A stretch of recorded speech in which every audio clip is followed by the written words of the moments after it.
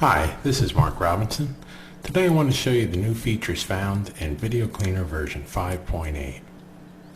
I have a video file loaded and I selected the frame I want to work with. To best illustrate the new features, I have to apply a few settings, so let's get started. First, I'm going to use the annotate feature and two keywords. And now I can display the video's current resolution. Next, I want to enhance this image file. I've already pre-selected the filters and settings, so let's go ahead and turn on the Apply Tools setting. Next, let's upscale the resolution of this image. I can double the resolution by setting the new width to 704. I'm going to set the aspect to preserve, and the method I'm going to use is cubic, which is position 2. Here you can see the new resolution is updated and displayed. You'll also see in a few minutes why I'm pointing this out. Okay, now I need to define a region. I have already pre-selected the parameters, and we can apply them by turning on the group and selecting rectangle.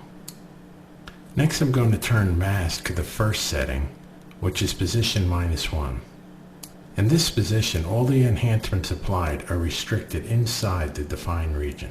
Now let's view this image in the matrix mode. Select side view for an original enhanced split screen. And now to matrix view. In 5.8, the matrix view has been updated and now maintains relative scale of the original untouched image in the upper left quadrant.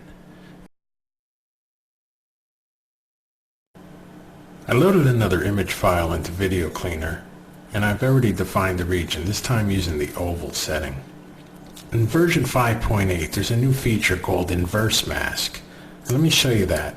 Set this to -2 for inverse mask, and let's go back up to the tools section here.